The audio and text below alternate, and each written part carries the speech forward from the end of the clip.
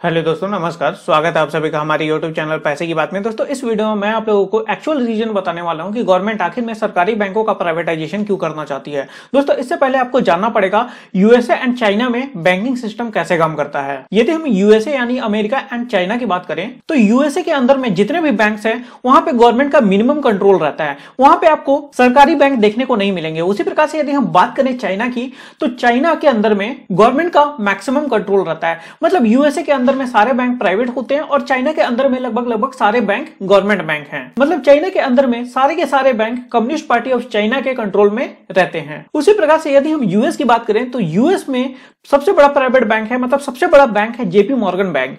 इसका यदि आप टोटल वेल्थ देखोगे, मतलब इसका टोटल एसेट्स आप देखोगे तो यह है 3.3 ट्रिलियन यूएस डॉलर, जो कि भारत की टोटल अर्थव्यवस्था के बराबर है। उसी प्रकार से यदि आप चाइना की देखोगे तो चाइना में आपको प्राइवेट बैंक देखने को नहीं मिलेंगे। वहां पे टोटल बैंक गवर्नमेंट बैंक है, लेकिन गवर्नमेंट बैंकों की संख्या अधिक नहीं है। जैसे भारत का पहले देखोगे गवर्नमेंट बैंक की संख्या, तो भारत में लगभग 27 गवर्नमेंट बैंक थी, लेकिन चाइना में शुरू से ही लगभग 5 से 6 गवर्नमेंट बैंक ही हैं। लेकिन ये जो 5 से 6 गवर्नमेंट बैंक है ये बहुत ही बड़े बैंक हैं, जो कि वर्ल्ड के टॉप 10 में आते हैं। जैसे आप यूएस का बैंकिंग सिस्टम देखोगे तो वहां पे प्राइवेट प्लेयर्स का कब्जा है और ये प्राइवेट बैंक लोकल के साथ साथ इंटरनेशनल लोन भी देते हैं। उसी प्रकार से चाइना की बैंक, जो चाइना की जो सरकारी बैंक है, वो लोकल प्लस इंटरनेशनल लोन भी देती है। जैसे आपको सुनने में आता होगा चाइना ने श्रीलंका को फंड किया, तो वो चाइना जो श्रीलंका को फंड करता है वो अपने बैंक के जरिए फंड कराता है। तो भारत यहाँ पे क्या चाहता है? भारत चाहता यह है कि हमारे पास में 5 से 6 बड़े सरकारी बैंक भी हो और साथ में हमारे पास में प्राइवेट बैंक भी हो।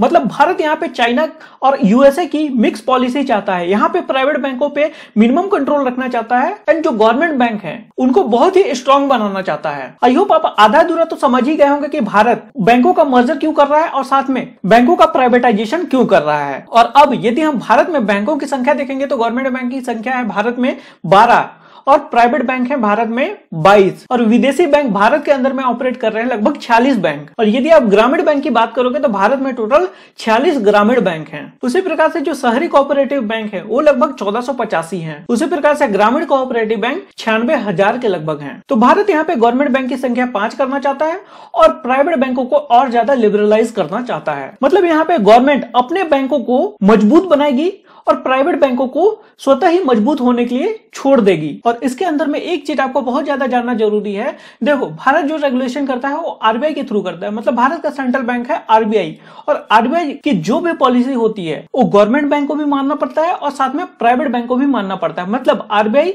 ये डिफरेंस नहीं देखती कि उसका मालिक गवर्नमेंट है या फिर उस बैंक का मालिक प्राइवेट है। मतलब भारत के अंदर में यदि आप गवर्नमेंट बैंक में पैसा रखते हो तो उतना ही सेफ है जितना कि आप प्राइवेट बैंक में पैसा रखते हो। उसी प्रकार से यदि हम बात करें डिपॉजिट्स की, तो गवर्नमेंट बैंक में टोटल लगभग 107 लाख करोड़ रुपए के आसपास में डिपॉजिट्स हैं। ये फिगर चेंज हो सकता है, एग्जैक्ट डाटा नहीं है। उसी प्रकार से यदि हम बात करें प्राइवेट बैंक के पास में टोटल डिपॉजिट्स है लगभग 55 लाख करोड़ के आसपास। लेकिन यदि हम एनपीए की बात करें तो गवर्नमेंट बैंक का एनपीए है लगभग 6 लाख करोड़ के आसपास में। उसी प्रकार से प्राइवेट बैंक का एनपीए है 1.85 लाख करोड़ के आसपास में। यदि आप गवर्नमेंट एंड प्राइवेट बैंक का एनपीए देखोगे तो इनमें काफी ज्यादा डिफरेंस है। यदि आप इस परसेंटेज से यदि देखोगे तो गवर्नमेंट बैंक का एनपीए टोटल लगभग 4 लाख करोड़ के आसपास में होना चाहिए, लेकिन गवर्नमेंट बैंक का एनपीए 6 लाख करोड़ है। मतलब 2 लाख करोड़ रुपए ज्यादा है। और हमारे देश का एजुकेशन बजट 2 लाख करोड़ के अंदर ही रहता है। और आप सोच के देखो कि ये जो 2 लाख करोड़ है यदि एजुकेशन के अंदर में लगे तो कितना इंडिया बूम करेगा। अब बात आती है कि भाई गवर्नमेंट यहाँ पे किन बैंकों का प्राइवेटाइजेशन करना चाहती है। तो देखो, गवर्नमेंट ने यहाँ पे साफ साफ कर दिया कि जिन बैंकों का मर्जर किसी न किसी बैंक के साथ में हुआ है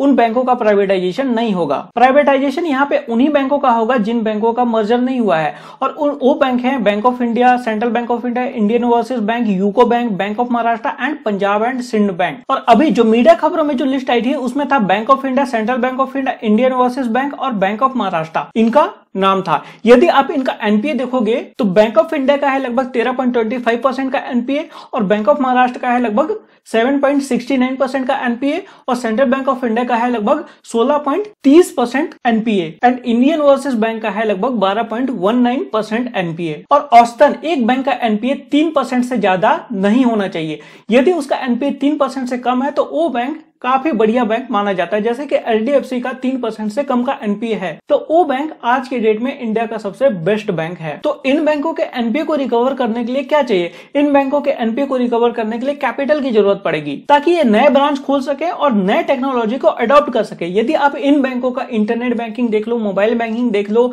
या फिर इनके एटीएम मशीन देख लो, ये काफी आउटडेटेड सॉफ्टवेयर से ऑपरेट कर रहे हैं। अब इनके पास में कैपिटल है नहीं, तो ये ब्रांच कैसे ओपन करेंगे, ये नए टेक्नोलॉजी को कैसे अडॉप्ट करेंगे, एंड साथ में ये अपने आप को मार्केटिंग कैसे करेंगे। अब देखो, एक बैंक में आपको मार्केटिंग की बहुत ज्यादा जरूरत पड़ती है। जैसे यदि आप आईसीआईसीआई बैंक में या फिर एचडीएफसी बैंक में आप 10 लाख रुपए रख दो, आपके पास में दिन भर क्रेडिट कार्ड का फोन आते रहेगा, या फिर कहीं इन्वेस्टमेंट करने के लिए आपके पास में फोन आते रहेगा। लेकिन वहीं यदि आप गवर्नमेंट बैंक में यदि आप पैसा रखते हो, तो यहां से आपको कोई भी कॉल वगैरह नहीं आएगा। तो मार्केटिंग करने के लिए भी कैपिटल की रिक्वायरमेंट पड़ती है। तो अब कैपिटल तो रिक्वायर्ड है, लेकिन कैपिटल कहां से आएगा? यदि हम गवर्नमेंट की बात करें तो गवर्नमेंट के पास में तो पैसा है नहीं।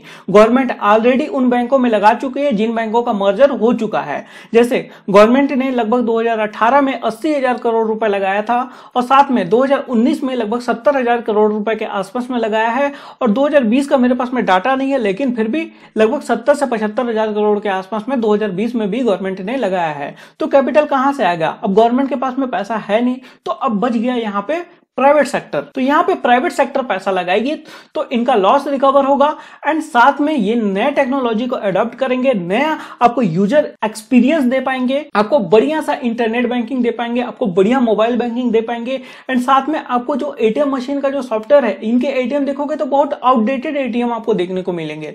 तो नए अपग्रेडेड आपको एटीएम मशीन आपको पैसा आने के बाद में, मतलब कैपिटल आने के बाद में आपको देखने को मिलेंगे। तो एक्चुअल में ये जो बचे हुए बैंक हैं, इनको फंड करने की आवश्यकता है, और यहां पे गवर्नमेंट ये चाह रही है कि हम प्राइवेट प्लेयर्स को इन्वॉल्व करें, एंड साथ में ये जो बैंक है इनको हम स्ट्रॉन्ग बैंक बनाएं। जैसे मैंने आपको बताया कि चाइना में 5 से 6 बड़े सरकारी बैंक हैं, तो उसी प्रकार से गवर्नमेंट भी यहां पे 5 से 6 बड़े सरकारी बैंक यहां पे इंडिया के अंदर में बनाना चाहती है। तो गवर्नमेंट एक्चुअल में बहुत अच्छे विजन के साथ में काम कर रही है, हम लोग को सपोर्ट करना चाहिए। यदि 5 से 6 बड़े सरकारी बैंक रहेंगे तो आपको जॉब भी ज्यादा मिलेगा, एंड साथ में आपकी सैलरी भी ज्यादा रहेगी, और एज ए कस्टमर इनके पास में ऑप्शन रहेगा कि ये 5 से 6 सरकारी बैंक में अपना अकाउंट खुलवा ले, या फिर जो प्राइवेट सेक्टर के बैंक हैं वहां पे जाके अकाउंट खुलवा लें। और एक्चुअल में लोग भी ऐसा कर रहे हैं, लोगों का प्राइवेट बैंकों पर भरोसा काफी बढ़ा भी है। जैसे यदि आप 2010 का यदि आप डाटा देखोगे तो 2010 में टोटल लोन जितने भी बढ़ते थे उसका 75% लोन गवर्नमेंट बैंक बांटा करती थी, और 2010 का यदि आप प्राइवेट बैंक का डाटा देखोगे तो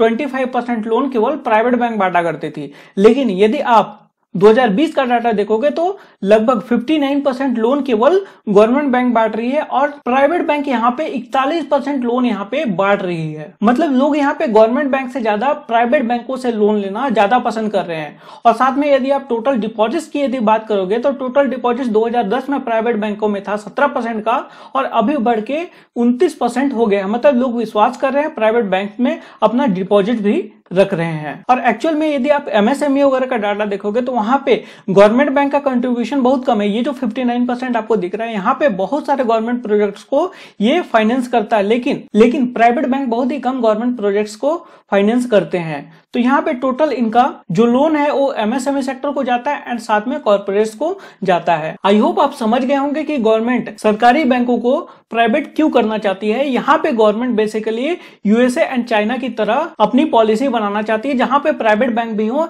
और गवर्नमेंट के पास में 5 से 6 बड़े सरकारी बैंक हो, ना कि छोटे छोटे बहुत ज्यादा सरकारी बैंक हो। और दूसरा, जैसे एक और ऑप्शन है कि इन बैंकों को मर्ज कर दो, लेकिन भैया यदि मर्ज करती है तो कैपिटल की जरूरत पड़ती है, और गवर्नमेंट ऑलरेडी इतना पैसा फूक चुकी है इन बैंकों में। तो गवर्नमेंट की यहाँ पे मजबूरी भी है इन बैंकों का प्राइवेटाइजेशन करना। दोस्तों, इस वीडियो में बस इतना ही। आई होप आपको ये वीडियो पसंद आया होगा। मेरा गला थोड़ा बैठा हुआ है, सो दोस्तों इस वीडियो को लाइक कर दीजिएगा, एंड साथ में इस वीडियो को शेयर जरूर कर दीजिएगा, और साथ में चैनल को सब्सक्राइब कर लीजिएगा, और सब्सक्राइब करने के बाद में बेल आइकन को दबा दीजिएगा।